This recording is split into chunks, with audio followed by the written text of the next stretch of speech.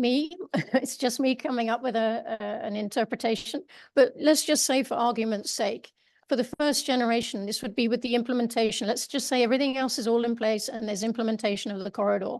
Perhaps like Malawi, we focus on a core area, and it's testing the systems that will enable traffic management for medical and disaster management activities, whether those are done from public service perspective or from commercial, it doesn't matter. The point being is that there's a specific focus, and it's around which the traffic management systems, the operational systems, the policies, frameworks, and so on can be described. And this would be, for example, say a provincial corridor of a particular length and a particular destination and endpoint.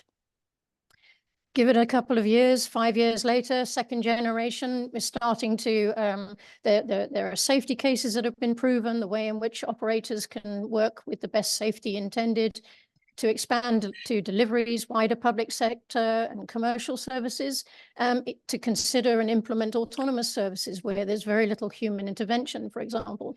And then perhaps corridors start to meet up, and you would create an interprovincial network. And then perhaps 10 years later, moving on to a third generation option of a drone corridor, where it's starting to bring in advanced air mobility, where we're talking about the larger eVTOLs, the electric vertical takeoff and landing aircraft that are being proposed for passengers and for cargo. We can start to use zones for this particular application to test the frameworks, to test the regulations, to help create the industry, but equally maintain the high standards of safety. Then perhaps we're getting more of a regional to national network of these sort of corridors and hubs and spokes. And again, perhaps could even expand into international network with Southern Africa and who knows beyond. But the point being is that it's important to have an environment where ultimately this sort of thing can take place. And who knows what sort of offshoots come from this, like, as I've said, academies, training, university research and development programs, manufacture. These could become a hub for creating important economic zones, basically. In terms of the barriers, I would actually prefer to say strategic steps, really, because that, you know, it's a more positive way to look at it, because, you know, that it's not insurmountable. These need to be done, but it's important to bear in mind it is a complex situation. It is a highly regulated environment for the purposes of safety, security, and efficiency, but safety paramount. There are parallel processes that need to be undertaken to try and get this sort of process, to get a drone corridor of sorts into place that's going to maintain safety. For example, there's got to be regulation regulation adjustments or changes. There needs to be considerations from an air traffic management perspective and the systems applied. There needs to be a concept of operation. I put safe operation, but this is what's called a ConOps. There needs to be an agreement and a way forward to always maintain that safety of everybody who's in the sky and on the ground. So in effect, there's a paradigm shift that's needed in terms of the management and looking after just air traffic management alone. We're talking about digital systems that are needed to manage the sheer volume of unmanned traffic, drones, and manned traffic. And I think another thing, it's not strictly a barrier, but it can be an impact, is the rate of evolution of this technology versus the slower pace, or relatively slower pace, of enabling policies or frameworks does create a difficult point sometimes, because it can be, you know, it's just, there are two different speeds going on here, but safety must always be paramount. In terms of enablers, we are in a position with some good steps where we are to build on, where basically we've got a strong nascent industry, we've got strong leaders, there are very interested parties, some of them are here today, innovative, community-minded, and just have that vision. There are large areas that can be utilized as a pilot zone or a corridor in South Africa. The other important thing is this is a global trend. So there is a knowledge base and a position from which we can learn and build. We don't have to rebuild the wheel. And I think importantly, there has been growing awareness, and there are discussions taking place in aviation agencies to develop the intentions, the frameworks, and how are we going to integrate and expand. And as Francois says, going from talking to action. So effectively, what has happened so far? Effectively, there hasn't been a coordinated action, coordinated action taking place yet. But the Department of Transport did endorse the drone industry following a discussion with AIFE's white paper on the future of the industry. And this is a very important step. As I've said, there is recognition of the value of the industry as a national asset, an economic sector. And I think, you know, again, coming back to AIFE, the work that's being done in coordinating this working group and of a lot of very interested parties in the drone industry in South Africa taking part and trying to help drive this industry in the way that is safe and secure for everybody. In terms of next steps, actions, we need to build a business case for the drone innovation pilot zone. This needs to include research. It needs to include wide stakeholder engagement. It's got to be allow for a phased development of the zone, and so on and so on. I mean, it's a big project, but it needs to be done.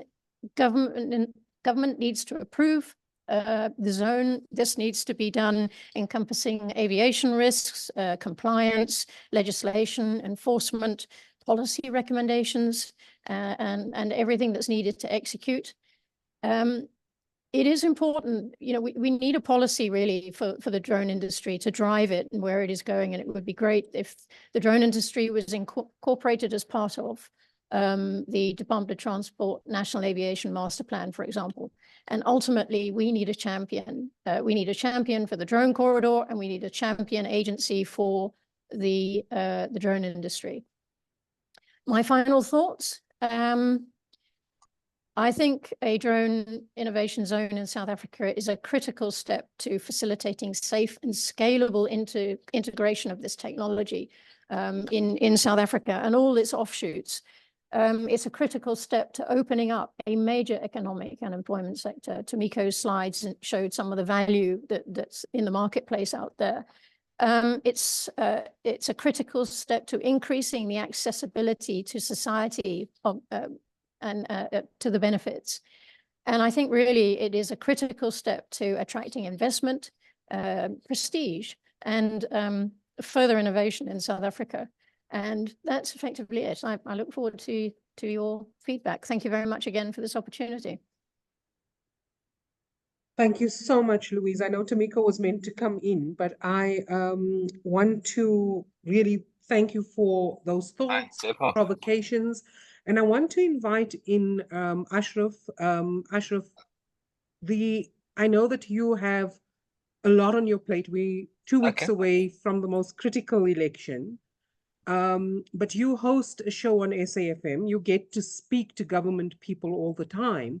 I'm interested to know why it is that you've chosen in your very busy schedule to join us this morning, and including your work at Champion South Africa. So Ashraf, if you are able to come in this time.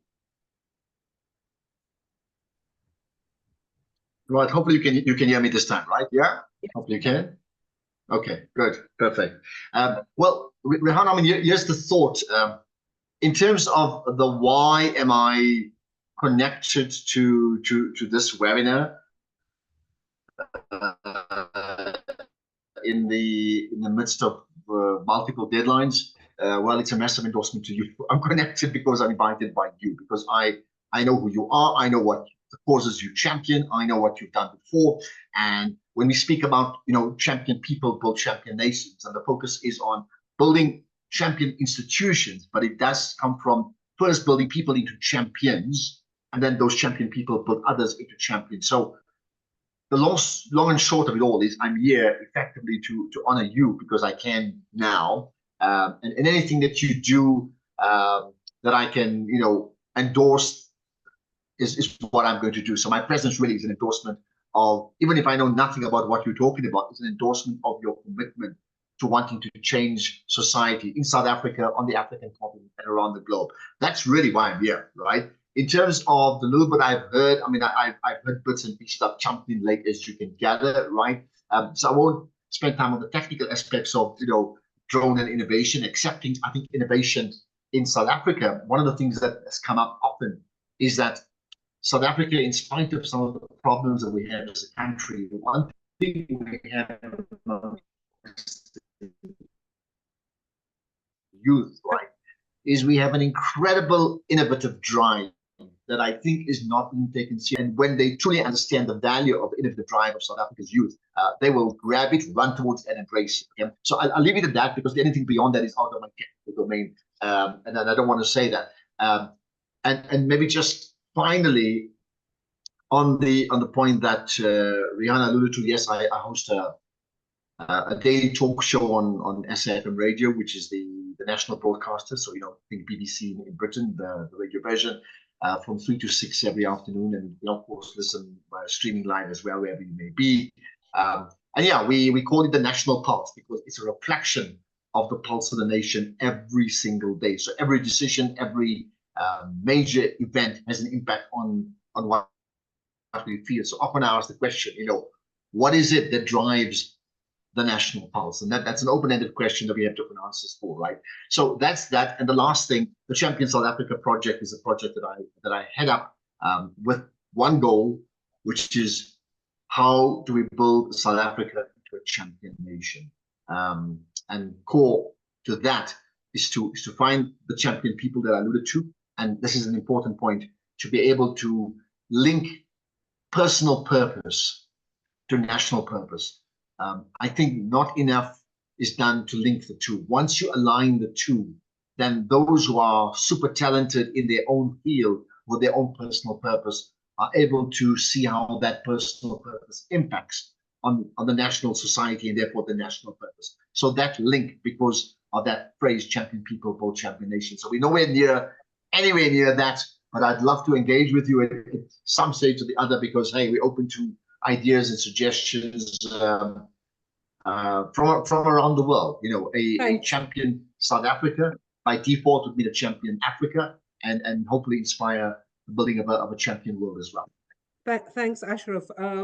I was particularly struck in Louise's presentation that Malawi has a drone pilot innovation zone, right? And like we take study tours everywhere else. Maybe we should be taking a study tour to go and have a look at that drone pilot innovation zone. But Ashraf, thank you for your words. Thank you for being here. Really do appreciate it. Tamiko, I'm going to move over to you so that you can introduce Dean. And Hawa, if you want to come in with your voice at the time because of your role at the university, Sure. Great. Please do, Hawa. Should I go ahead, Rihanna? Yes. Please introduce yourself, Hawa.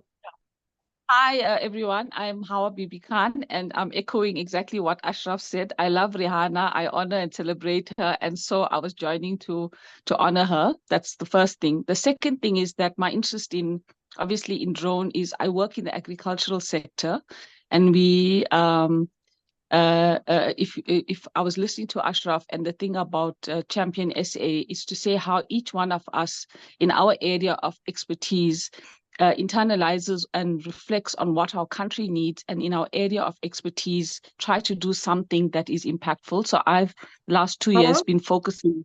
Hawa, I'm going to be super rude. I'm going to pause you there. I'm going to bring you back because I've just eaten into Dean's time.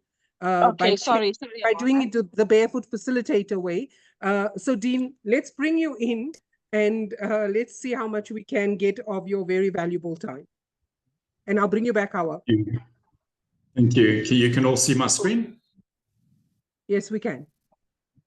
Great. Thank you so much. And it's just a privilege to be able to talk to everyone today. So my name is Dean Conde. I work at a company called IOCO. You'll probably be more familiar with our group called EOH. And today I'm really going to touch a little bit around this little thing called UTM. But really my passion is about driving diversity, equity, and inclusion in aviation, which I'm going to concentrate on today. So just a quick agenda, just a quick introduction, what really IOCO can do from a South African and international perspective. And then a little bit about what work we've done in aviation and in the drone economy up to now. And then I'm going to jump quickly into a brief overview of UTM, just to give everyone an idea as to what this beast is. And then I'm going to move over to my passion, which is changing lives. And then I'll dive into a really groundbreaking program we put together last year. And there are some participants on the webinar today that were involved with that. And then really to look at the future of PWDs in the drone economy is going to be quite interesting, and then some closing thoughts. So a quick introduction to who I am. I'm a husband, father to twins. My twins are 9 years old at the moment, keeping me busy. I've been a key account manager at IOCA Digital for around 9 years, and I'm the drone tech and UTM lead for IOCA. I'm also a PWD champion and a rights activist. You'll often see me walking around the parking lot, checking who's parking in the disabled parking. If it's not someone that's living with a disability, have caused some serious issues in the past, and ask them to move their vehicle because it's just not right. I'm an employee, diversity, inclusion, and equity committee member within the EOH group. And I also hold a private pilot's license, heli, for Robbie 22 and Robbie 44. I also became a drone hobbyist quite a few years ago, buying a number of broken drones, fixing them, looking on YouTube, and actually just understanding what this drone world is all about. And I'm also an adaptive scuba instructor and course director, one of only 3 in South Africa, studying through an international company called Handicap Scuba Association International. And then from a bursary perspective with EOH, I created a drone pilot program for people with a disability, and I was the champion for that program, and I'll be talking a little bit around that as well. So what really is IOCA all about? And this will come together with what is UTM a bit later, but really we're a digital transformation partner in South Africa. We're advisory led, and we really drive transformation around the different aspects around IT in South Africa. And this is really important from a UTM perspective, because there's so many integration points and so much data that's going to be needed outside of the system and then brought into the system, that you really need a partner that actually understands that side of the business, together with where does this system sit? Does it sit on a server farm somewhere within a government organization, or does it sit in the cloud?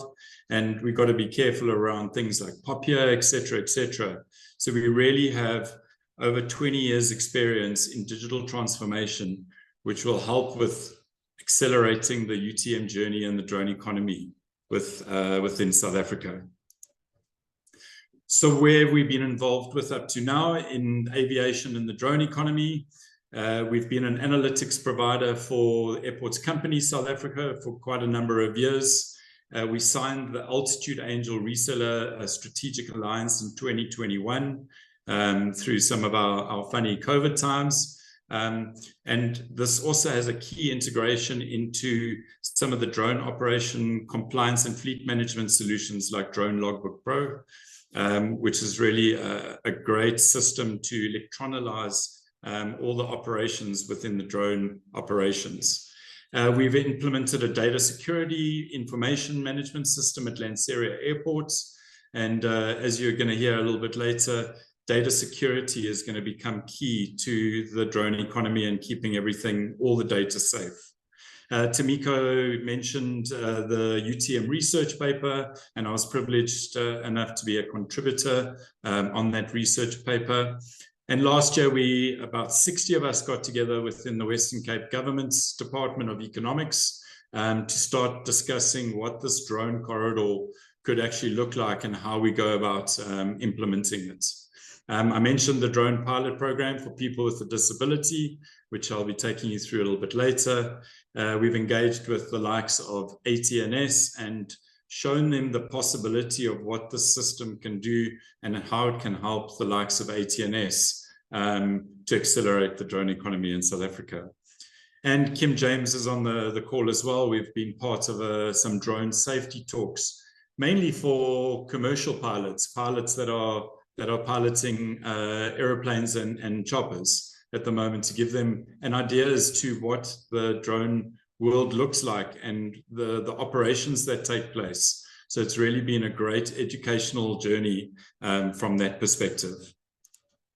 So like I said, we signed a strategic alliance with Altitude Angel in 2021, and really it was about those synergies and the complementing each other's technologies between the IT world and the drone world. And Brian Harding, our group executive, really was passionate about seeing this through so that one day we have this drone economy exploding for us. So what exactly is UTM? And I'm going to use an analogy.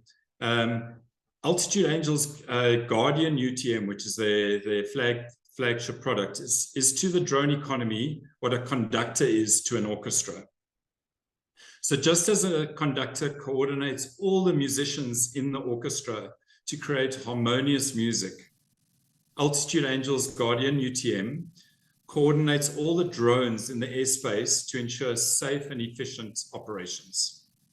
So without the conductor, the orchestra may descend into chaos, bad music, out of sync, leading to discordant music. Similarly, without the Guardian UTM, the drone economy could become disorganized, with drones potentially colliding with each other and interfering with each other, leading to unsafe conditions and inefficiencies. Therefore, just as the conductor is the glue that holds the orchestra together, Altitude Angel's Guardian UTM is the glue that holds the drone economy together, ensuring that it operates smoothly and safely.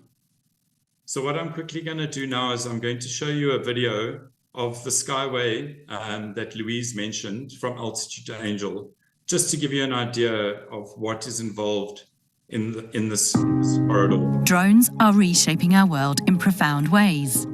These uncrewed aerial vehicles are rapidly becoming versatile tools with a wide range of public and commercial uses. These include medical deliveries for the NHS, the time-saving advantage of being able to deliver life-saving supplies to healthcare services, such as test samples or time-sensitive medication, are key benefits. There are, however, many others. For example, drones have the potential to play a vital role in environmental conservation due to their ability to survey vast areas such as over rivers and woodland, providing valuable insight on the prevention of flooding, erosion control and deforestation. Drones are the perfect tool for performing exterior building inspections, removing the need for costly and time-consuming scaffolding, and ensuring safety without putting workers at risk. Emergency services and highway agencies are harnessing drone technology to optimise traffic management, monitoring traffic flow, ensure public safety, and provide faster on-scene incident assessment. Drones reduce risk and cost whilst expediting search and rescue efforts in locating missing persons and coordinating rescue missions. A point worth noting about commercial drones is that drones are similar in size to birds and vary from a garden bird to the wingspan of an eagle. Like their size, noise levels vary, but long-distance, fixed-wing drones are virtually silent in flight. However, enabling long-distance operations requires infrastructure. Using masts, Altitude Angel's Arrow network provides a digital detect and avoid solution with a view of all air traffic, enabling connected drones to avoid other aviation. Masts come in a variety of forms and are often incorporated into existing infrastructure. Others may be positioned in remote locations or placed on top of buildings. As drones and the required infrastructure evolves in parallel, these uncrewed aerial vehicles will play an increasingly significant role. This technology is poised to bring untold benefits to the way we live, work, and interact with our environment.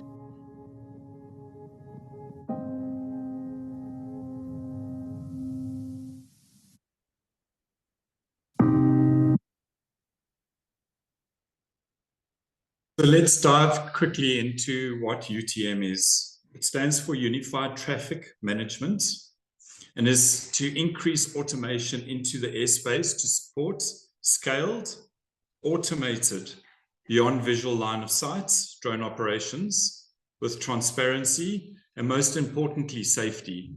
It's all about the safety. So really within this UTM platform, all processes, technology and people they come together to be one. And really there's support for many things within the UTM. But as you can see in the highlighted red letters, it's really about safety. Everything leads to safety. We don't want a situation where a drone is colliding with a helicopter, a NetStar tracker helicopter, for instance. It's not just about the drone and the helicopter. It's about what happens to both of them when they fall out the sky and land on a school or a school bus or into a stadium. So it's really around the safety and transparency for everyone in the industry. So it's a unified system. We can't just have one set of people looking at a platform and no one else being able to access it. It has to be open and accessible for everyone. And today I'm not really going to go into all of the blocks at the bottom, but if anyone has the appetite for finding out more, we can definitely set up a separate session to take you through most of the functionality and the benefits of the Altitude Angel UTM for you. The one thing I would like to point out is pre-flight planning. So being able to pre-flight plan your drone operation, then pushing that through to the likes of ATNS who would approve the flight plan, then back to the pilot and getting him ready to go and take off. And when he's ready to take off, to actually just notify on the app, either on Android or on iOS, to ATNS to say, I'm taking off. Because at that stage, maybe something's changed. And again, a NetStar tracker helicopter has just come into the area to look for some baddies. So how do you prevent that pilot from actually taking off and actually delaying the flight from a safety perspective? So many aspects to the UTM environment. And if you think about the platforms that are available right now throughout the world, we've got drone operators that are operating their drones 24/7, the likes of Kim James that's on the call, through to airspace or land managers, someone that's owning land. It may be a park, it might be a museum like they have overseas. Through to Guardian UTM, which is really the heart of this platform, which brings all of that information together and shares it with the likes of ATNS and CAA to have total transparency of the airspace that has been used for drones. And very importantly, to give someone like an air traffic controller a view of manned and unmanned aviation together is going to be critical in the future. And right now, if you want to have a look at some of the functionality that's available, you can go look for the Drone Assist app on the app stores. And if you want to see on a map if you're allowed to take off with a drone from a hobbyist or from a drone operator perspective, you can go to dronesafetymap.com and go and have a look at if you can take off or not, depending on your location. And then a very important part is infrastructure. We saw in the previous video that there was a trailer with a mast. And what we've got to remember for South Africa and Africa is we've got to Africanize the technology and the thoughts around how do we support the infrastructure for such a platform. Because putting a trailer down with a mast is not going to last very long in South Africa. Everything on that trailer will disappear within hours. So how do we secure the infrastructure that's going to support UTM in the future is also going to be key. So enough about UTM.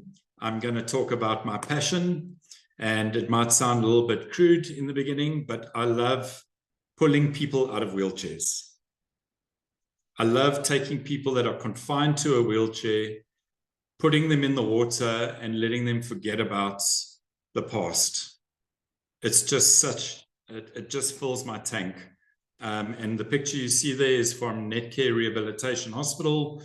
We go to their sports day once a year, normally the 3rd of December, and we give people the opportunity to get out of their wheelchairs, get in the water and breathe underwater.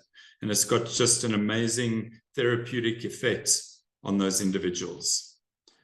But do you all know what a disability is? And when I say disability, you normally think of someone in a wheelchair.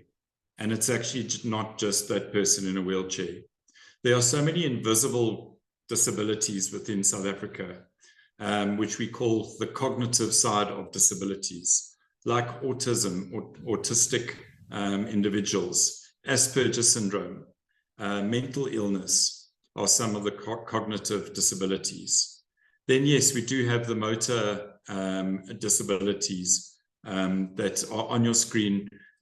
Someone that is visually impaired, hearing impaired, cerebral palsy. The physical disabilities are normally the ones that are quite prevalent because you can see them. So those are just some of the disabilities. And just to remember that the disability doesn't define the person. We have to look through that disability. And I'll make you think of something. When you see someone in a wheelchair, do you see the wheelchair or do you see the person? And it's around changing your mind and to look past the disability and see the person and the ability they have. And that's really what I'm passionate about. So we've dived with many people with many disabilities, and each person that we dive with teaches us something new. It's quite incredible to just see how their lives change from just one dive, even in a heated pool in Fourways. It really is, because it's not just about that dive or them getting in the water. It's about them going, but what else can I do? If I can do this, what else can I do? Also, from a social perspective, we find that people with a disability often lose their friends and don't have many friends. When they come and dive with us, they have new friends that don't care that they have a disability. It's about them having a passion for diving. And it's really something that we are so proud of within our organization. And we've got many brands associated. We've been on TV. We're spreading it out there. We were on Kwela once upon a time. SABC2 Beyond program, which is a disability program, have now reached out to us. We are now busy with the Eureka School, which you can see here in the middle. And we're actually taking 10 of their kids away, or their teenage kids away to Sodwana to go scuba dive in the sea. For most of them, they haven't even seen the sea for themselves. And then one pretty proud moment for us, we entered the 2023 Gauteng Disability Rights Excellence Awards in the social transformation category. And the awards dinner will be scheduled in the next month or two, where Premier Lessufi and the likes will be there to hand out awards. And we're hoping to just uplift our brand and get our message out there further. And as you'll see, my car is fully branded with Handicap Scuba, which is the non-profit and public benefits organization. So if you ever see me on the road, give me a honk and I'll wave to you. So how do we drive diversity, equity, inclusion for people with a disability in the drone economy? Well, first of all, you have to stand up and do something about it. And what I found from diving with people with a disability was that I could change their lives on the weekend and maybe give them a couple more things to do during the week, but I really couldn't give them the opportunity to be employed in a certain industry. So funny enough, Tamiko and myself were sitting in Parkhurst a few years ago, and we were talking about the diving and the drone world. And I told her about this idea I had around, what if we took people with a disability and trained them to be drone pilots and drone technicians? So thank you, Tamiko, for spurring me on. And so I created a program for people with a disability, and I did some research. No one had ever done it before, so I was a little bit apprehensive around running it, but thought, let's give this a go. People can only just say no. So what we did is we put an advert together, we pushed it out on social media. We got around 15 to 20 applicants, and we actually had to be a little bit careful around the people that we accepted for the program. Because it had never been done in South Africa, we didn't want to scare the likes of the Civil Aviation Board, the medical board, because they had never approved a Class 3 medical for a person sitting in a wheelchair. We didn't want to push the boundaries to quadriplegics, so people who couldn't move from the neck down. So we had to be quite selective in our phase 1 approach for the program. So once I created the program, I thought, let me just tell EOH about it, or IOCO, just to let them know what I was doing. I really didn't know how to fund the program. But once I spoke to Almarie and Venetia, who are on the screen now, and I think both of them are on the webinar today, they just jumped at the opportunity because it really aligned to our group strategy around diversity and inclusion. I had also connected with Kim James from UAV Aerial Works through LinkedIn quite a few months before that. And I'd also been introduced to Sam Twala from NTSU Drone Academy, who's an authorized training organization. And I'd also met with Edwina Magamata, who's actually a paraplegic. She's got her own business. She actually supplies consumables to people with a disability through the Road Accident Fund. And she's also a Red Bull Wings for Life ambassador. And then we needed a really good doctor, someone that was passionate, just like we were. And Kim recommended Dr. Lumka, which a lot of people know. And she jumped on board when she had the opportunity. So we went through many, many months of registration, theory, medicals, more medical tests, more medical review boards. It went on, and that was our biggest hurdle, was actually the Class 3 medical being reviewed, because the medical board of the CAA only sits once a month. And on the screen now, you'll see Fadi in the red, busy doing his exam. You'll all remember the blast in Bree, I think it was Bree Street, bottom left, where there was that huge explosion throughout the road. And that's Ferdy sitting there. And really the guys were so passionate about the drone world that they were now in. They did us proud. And really the whole point of this program was to give them employment and get them out into the drone economy, working as drone pilots and technicians.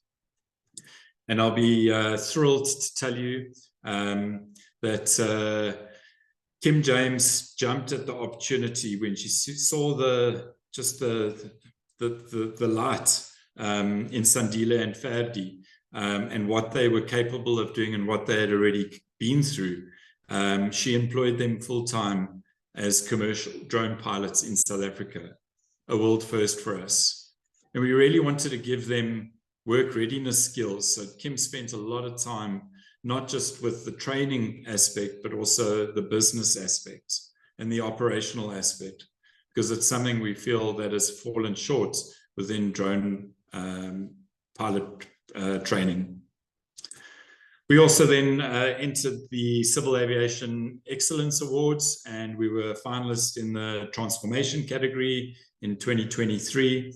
Unfortunately, we did not get a 1, 2, or 3, but it was just a beautiful ceremony and really great just to be included in such a thing within the aviation industry. So what did we learn from this? So transformation is often a last thought for many. It's almost an unconscious bias. And if we don't set those standards and those targets up front, trying to set the targets right at the end is never going to help anyone. So we need everyone to come on board and to be firm with their targets in terms of, we're going to launch a drone corridor, but we want 3% or 4%, which is the governmental standard for people with a disability. 4% of those should be people living with a disability. The CAA approval of the Class 3 medicals, like I mentioned, is something we really battled with, but we learned a lot. And just recently, in the last few days, I've spoken to the group again to say, when are we doing the next one? Because I really want to do this again and make it better, bigger and better. Unfortunately, for some people with a disability, they are only in it for the stipend, and we did find that through one of our individuals, and through some research, we actually found that it's the norm in South Africa, where a person with a disability will actually hop from one bursary program to the next just for the stipend. And unfortunately, that is just part of life right now. Training people with a disability should not just be a tick box exercise. We are seeing numerous organizations out there training hundreds of pilots, but then that's all they do. And then they aren't employed afterwards. And again, we are looking for that catalyst to create those jobs. And hopefully through the drone corridor and the drone economy, we can have those jobs available for people with a disability to work on.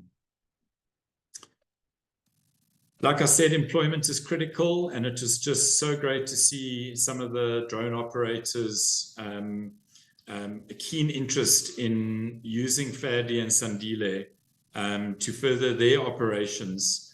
And I'm sure Kim will attest that they've taught her so much from their perspective. I remember her telling us one story when they were looking for their new building. The directors of Aerial Works actually said no to a specific building because it wasn't wheelchair friendly. And those are the types of things we need people to take cognizance of when employing people with a disability. And also looking at some of the environments in South Africa, you just can't get a wheelchair into, like one of the mines or on top of a mountain. So we've got to be very careful with setting the precedents for, yes, you can become a drone pilot and you can do everything when you actually can't. So just taking that into consideration. So what are the future opportunities for people with a disability in the drone economy? We've spoken a lot about drone pilots and technicians.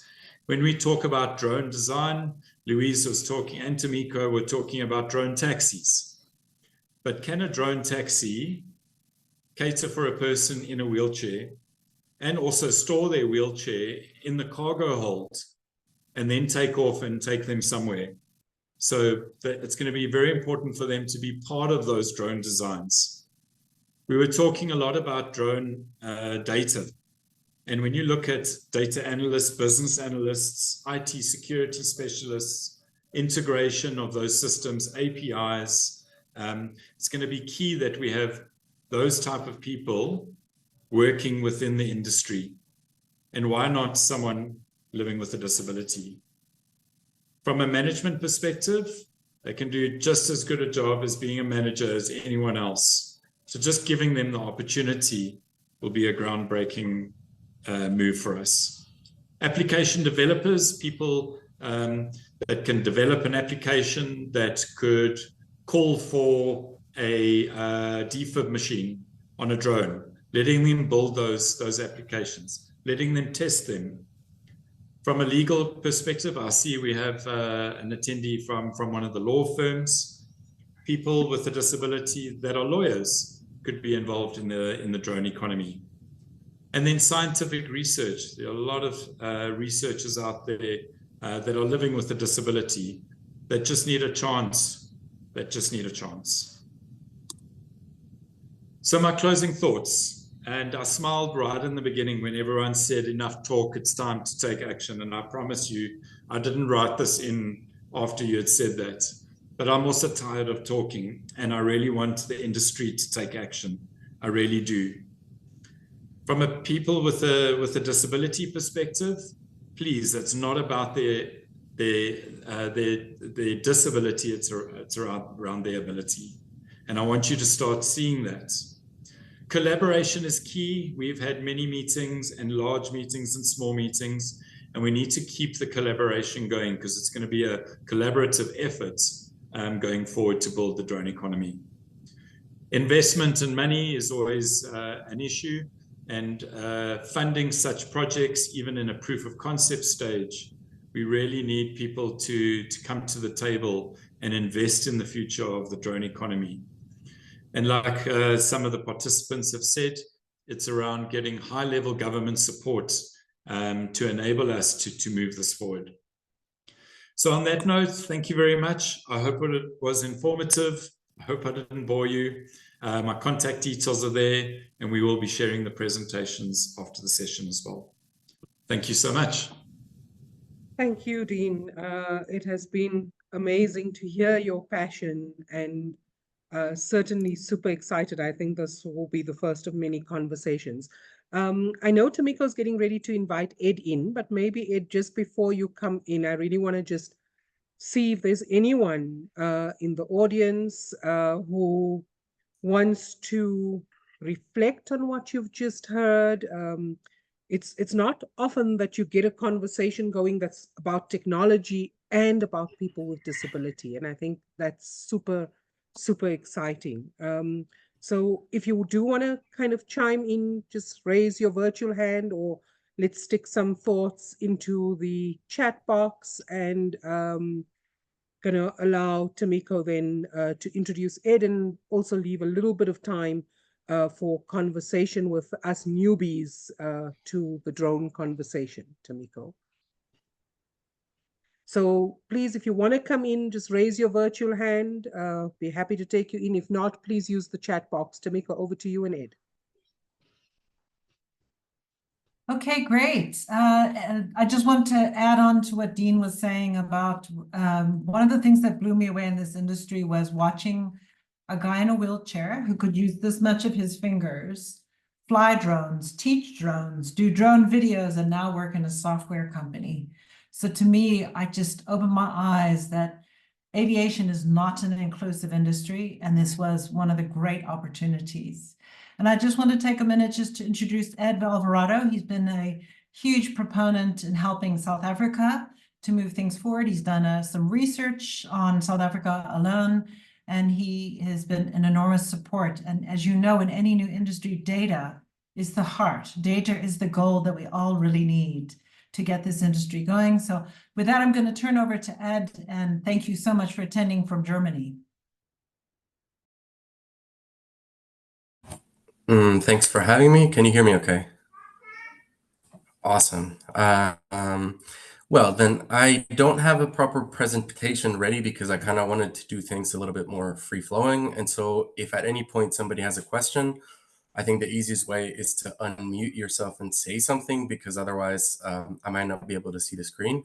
I will just share my screen now to show you guys a little bit of what we do, kind of the research that we carry out pretty much daily, so that for anybody who doesn't know who we are, you get a bit of an idea.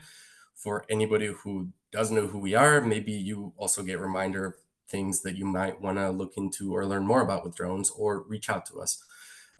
So just kind of as a preface, for anybody who's new to drones, I'll give you a little bit of an overview instead of going really in depth. And for anybody who actually works with drones, then we're always happy to hear directly from companies.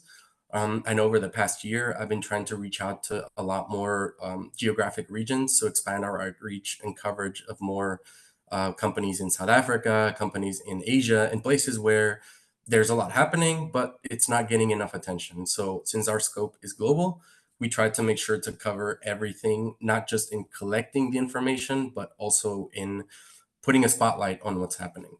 Let me go ahead and share screen here really quickly, if I am allowed. Share screen.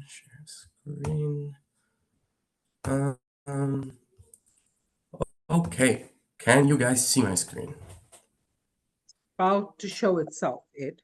There you go. It's there. Awesome. So this is our website. It's quite simple. You go drone and then the two letters II. It stands for Drone Industry Insights. .com.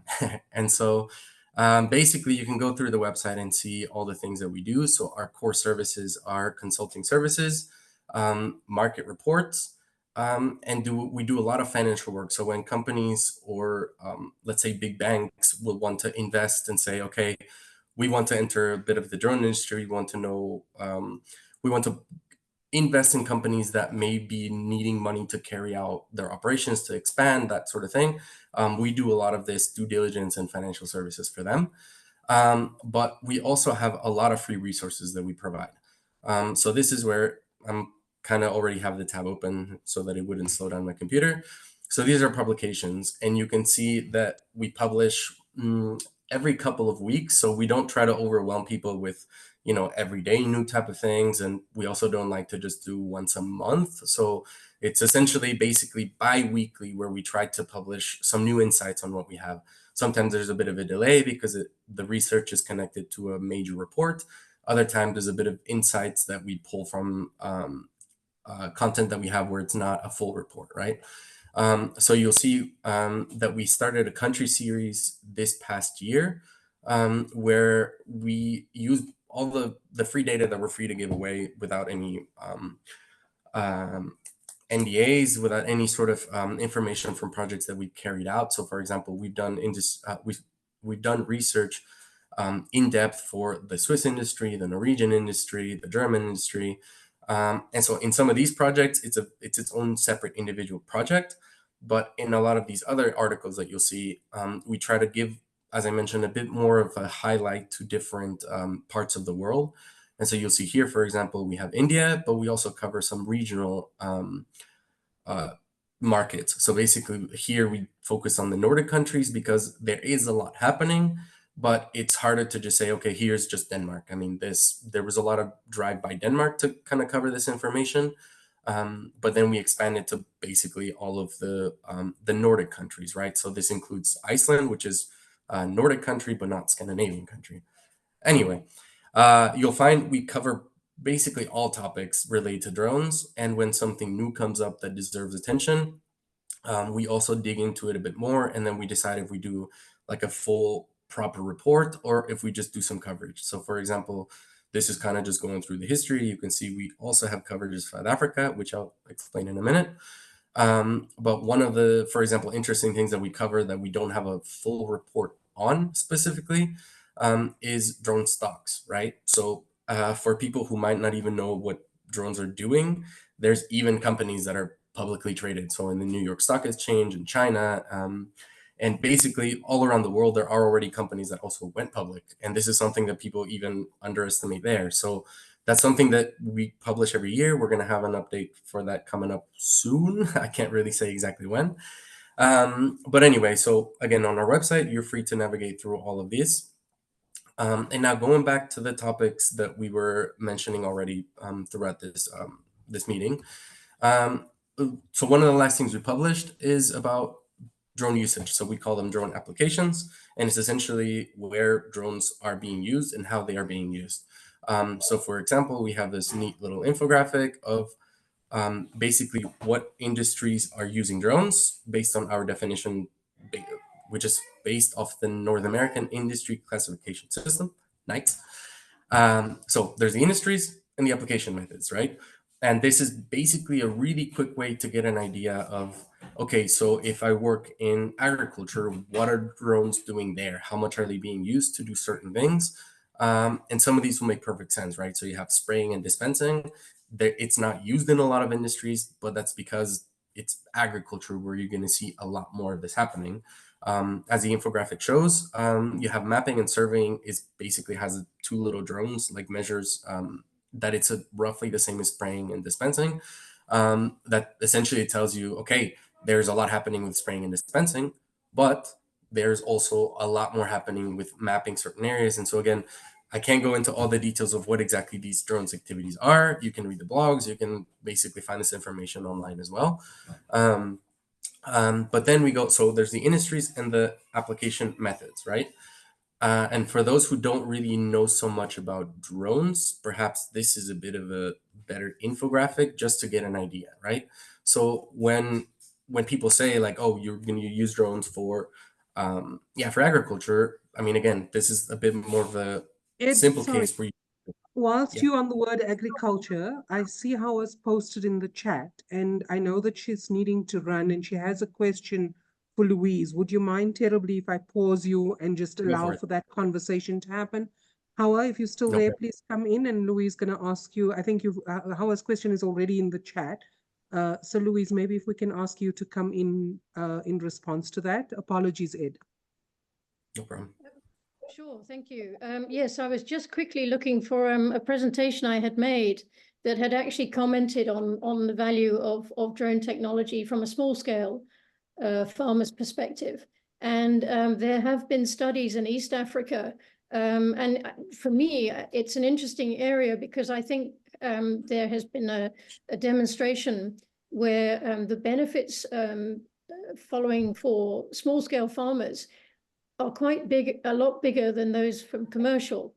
And, you know, for commercial, you can see 15 to 20%, say, an average of increase on, say, a yield or reduction of water or use or what have you.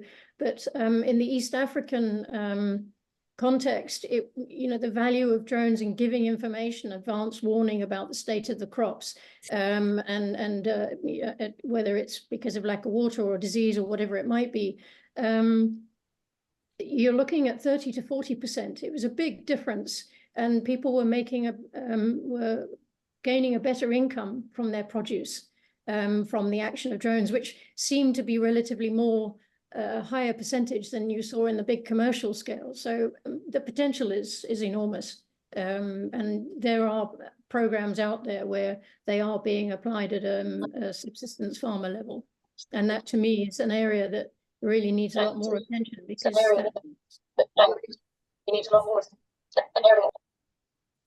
yeah. How I know you need to run. Do you want to come back at all before we go back to Ed? Yes, thank you so much, Louise. Thank you, Rihanna. If I just by a quick introduction say that I have a private equity deal-making background, and currently I focus on the agriculture sector and developing sort of a next-gen kind of backward vertical integration value chain so that we can develop a model that bridges the divide between the sort of the apartheid commercial farmers, beneficiaries of that, and the small-scale underserviced farmers, etc. And also, what role can technology play in bridging that digital divide, the economic divide, the access divide, etc. And obviously, tools like the drones, etc., can play an important role amongst others and feeding into the whole thing of smart and digital agriculture and agri-tech, etc. Sorry that I jumped in the meeting in the middle and I wasn't very clued up on what's happening, Rihanna, and Rihanna's pedantic about preparation, etc. So I would be keen to maybe follow up from here. I have some conversations with some of you and see how we can be engaged with you. And I just also want to say that my interest in drones actually started when I saw how Azerbaijan used drones to win the war against Armenia, and also how drones have created access for smaller countries with the, I know we're not for war, etc., but we are living every day with these realities, and how because drones are much cheaper, etc., and it creates easier access for smaller countries with lower budgets, etc., to access these instruments in war, etc. I don't know if there was anything mentioned about drones and its role in that space, etc. And that's how then I started following the drone industry globally, just as a layman, etc., and then being more interested in it in agriculture, but of course also in terms of security, because I spend a lot of time in the Limpopo and Eastern Cape region, and some of the things that the farmers are very challenged with is the issue of theft, damage, the theft of even now about solar, you know, to replace the challenges of load shedding, etc. And the farmers actually no longer, the small scale farmers don't want to have solar panels, etc., because of the challenges of security. So if you have clustered farmers, etc., what role can drones play in the different facets in agriculture, security, agriculture, production, etc. And Rihanna, I'll just stop there. I have lots to Okay, speak about, but I thanks. just want to keep it to agriculture. Thank you. Thanks, Sorry for Hawa. the introduction.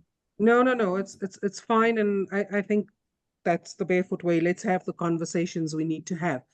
Ed, back to you, and then we want to kind of keep it open. I know we have about 15 minutes left for the session. I want to be respectful of everybody's time. So Ed, back to you. Please go ahead. Yeah, no problem. Can you guys still see my screen or not? We see ourselves on your screen. Now you're back. Yeah, thank you. Okay, yeah, sorry. Yeah, no, so again, I'm perfectly happy to take a discussion. I mean, I agree that we have limited time and basically we have 17 minutes left. And so on my end, basically, I'll kind of keep it short now so we can kind of have more discussions and then I can jump back in if you guys would like. But basically the upshot that I wanted to say is that drones are actually doing a lot of things around the world. And this is actually interesting that I forget your name that you just mentioned, agriculture and security, because on the one hand, a lot of people find out about drones because of military uses, right? I mean, there's all this fear of drones spying on you. And then, with the Ukraine war, right? Like there's a lot of commercial drone companies that suddenly started improving their sales because little toy drones were being used in a creative way for destruction, right? And so it's a bit of a kind of it's a complicated situation because it brings attention to the industry, but then drones that are meant to be used for good things like agriculture, like search and rescue, all these things are actually being used as a weapons. And so again, it's an interesting thing for us to follow ever since basically the Russia-Ukraine situation started, because it brought attention to the industry. On the other hand, people now, it reinforces this idea of drones being used as weapons. And so kind of just to close my kind of current statement on this, I want to bring more attention to the good things. I mean, going back to, for example, the corridors and these sorts of things. I know that in some of the videos and in some of the conversations, people have mentioned, for example, drone deliveries. And one thing that a lot of people think of is packages, or in some cases, I know a presentation or a video covered delivering test kits or medication. But one thing that actually really got me a lot more into the use of drones for good things and really kind of inspired me is there's a company in Sweden, I'm sure there's others in other places, but it's very prominent in my head, that's called Everdrone. And they are connected, so they have a collaboration between their private company and the Swedish emergency response system, where essentially when somebody has cardiac arrest, you have to respond within 10 minutes, because after 10 minutes, there is a very high risk of very permanent damage, where the person basically will lose body functions, or just die. And what they do is, because they're connected with the Swedish emergency system, when there is a call about cardiac arrest that happened, a drone can take off within, I think, 1 or 2 minutes, I believe 1 minute, and go en route to deliver an emergency defibrillator that can be used to basically resuscitate the person. And to me, this was something where, you think of deliveries, you think of drones. I mean, from any angle that you want to take, this is precisely the type of use case that should be used to promote more of what drones can do and are doing to actually improve the way that we live and improve the way that we work. And even though military tends to bring more attention, I think now it's time to shift focus a little bit more by highlighting these use cases. Again, I'm glad I don't have much of a presentation like as a file ready, but you can find all of this information that I could cover about market data from the world. You can see some of the information that we have on South Africa. All of this is basically right here on our website, if you just go to the free resources and publications. And again, I think I will stop there so we have a bit more time to discuss, but I'm happy to go back into anything that anybody would like. Thanks, Ed. So I'm very cognizant that we have very seasoned people in the drone industry in the room, and then newbies like myself. And I think I'm really going to open for any and all conversation that people want to have in the kind of 13 minutes we have together. So if anybody would like to come in based on what you've heard from Louise, from Dean, from Ed, or you have your own thoughts, just let me know. Just unmute and I'll see you. I think we're a small enough group. If you unmute, I'll probably see you. Or if you want to raise your virtual hand.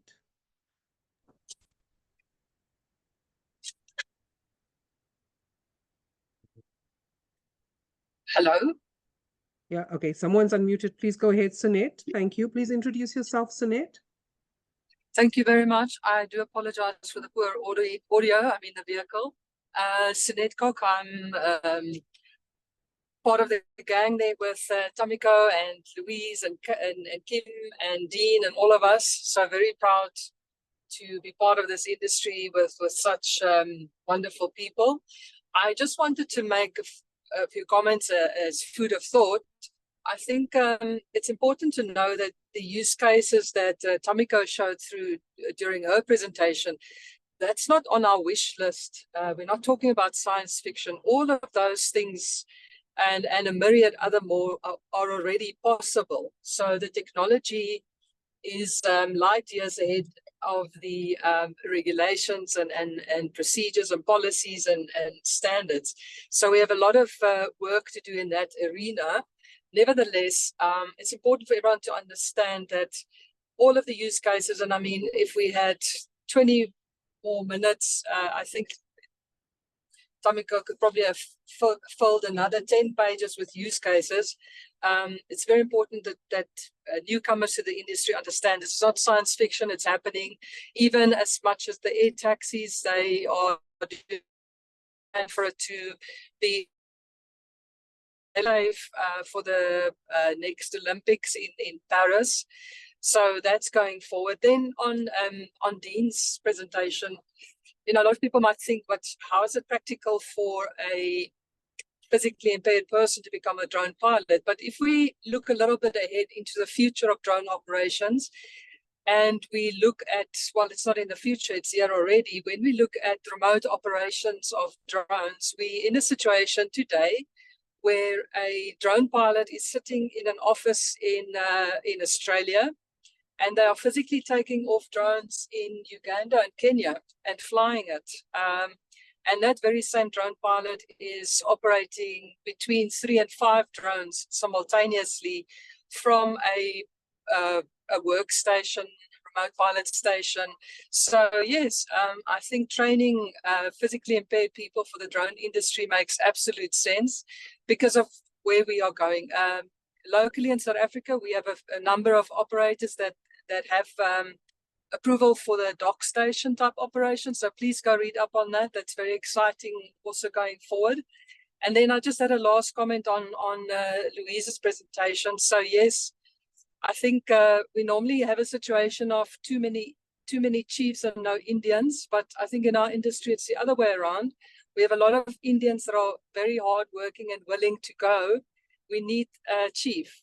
So we really do need one of our departments, be it the South African Civil Aviation Authority, Department of Transport, AT&S, Department of ICT. We need a chief. We need someone to take this and champion it and move it forward. And you don't have to worry about where the support and the hard work is going to come. There's a whole lot of us, the entire industry, have been working really hard, and but to turn words into action, we do need the chief. And then just on the agriculture, I read the other day that Africa has the largest percentage of available arable land in the world. So in terms of food security, it's foreseeable that Africa is going to become, you know, the very important in terms of food.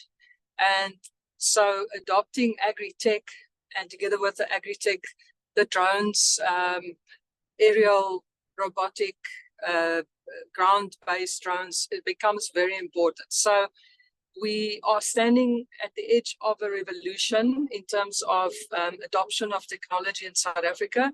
If you have a chance, please also go and look at HAPS, high altitude platform stations, and the exciting development in terms of that for especially Africa in terms of Wi-Fi connectivity, anything you can think of. I see that's where the future is going. And thank you very much for this webinar, Tamika. Thanks, Sonette, for your input. Nosipho, I've noted your comment there about the possibility of linking this to the community social work program and the EPWP. And Ashraf, I guess I want to leave us all with the one question, and we always have this issue where private sector and innovation runs so fast ahead and far ahead of government's ability to regulate, legislate. And I guess as we have the national pulse conversation, how do we begin to make these things slightly more on par so government is not constantly playing catch up on innovation? Thank you to everyone. I'm going to allow Tomiko to do the final words of closure as we move, but we do have a quick Mentimeter poll.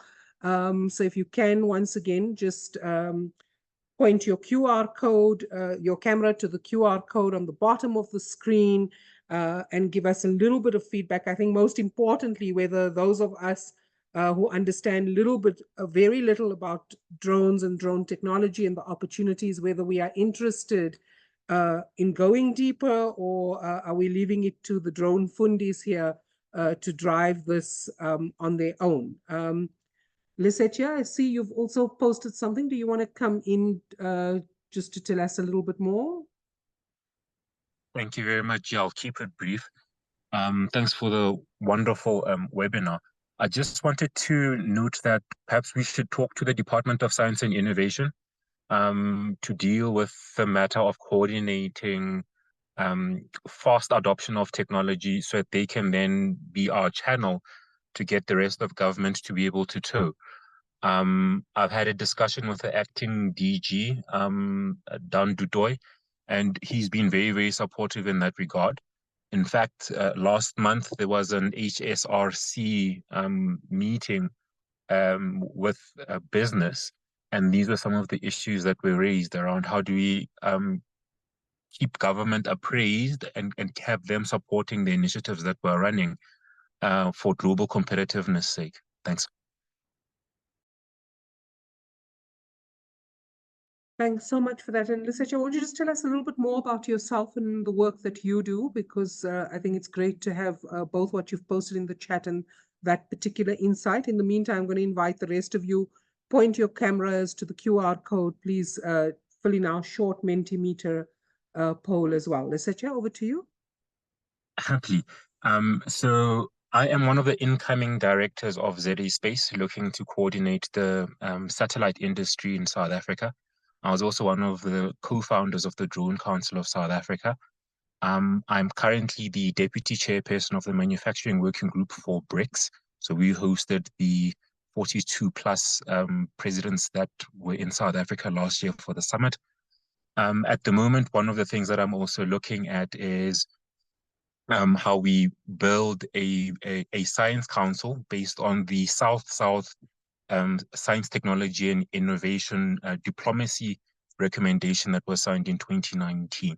Thank you.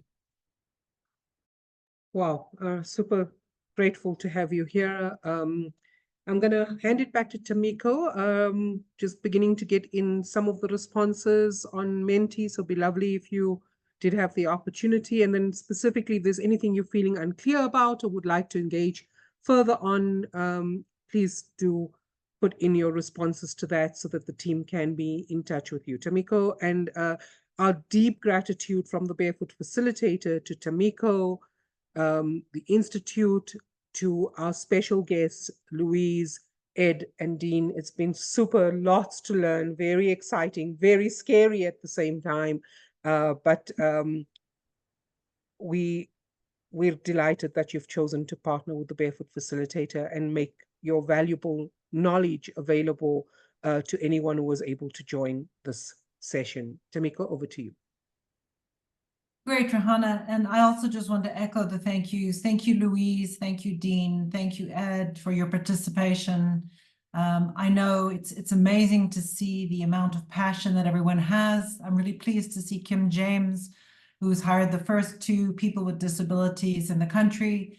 So we're making little tiny steps in the right direction. And I just want to comment on the last two things that you said, Rihanna, was the private sector is always working faster than the public sector. And I think this is not just South Africa, this is around the world. And because we work in the space of new tech, and we're constantly doing research in new tech, what it really is a mindset around being comfortable in places where you're not comfortable, and being comfortable into going into new tech and new knowledge where you're constantly learning. It is no longer you read a textbook, you take a course and you're done. It is changing every single day. And we are being, in the same way, those of us who are another generation can be challenged by social media at times.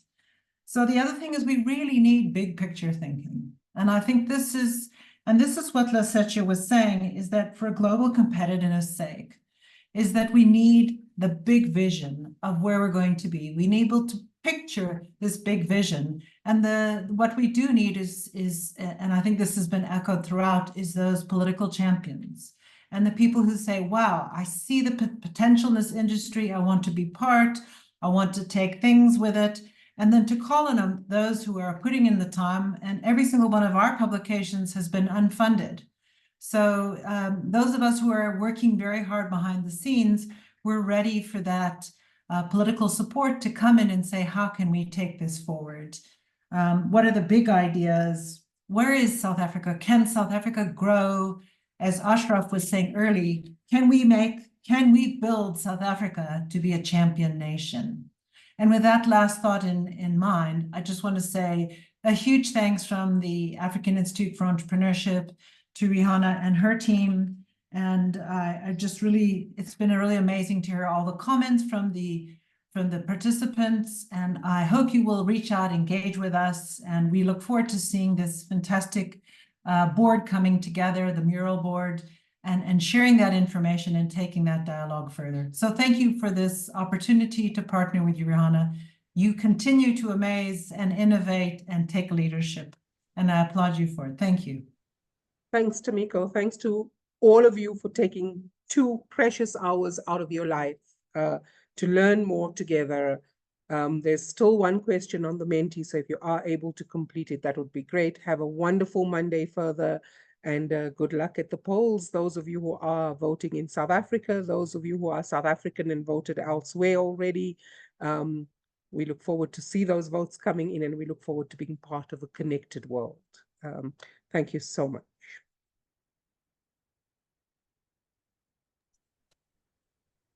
Thank you.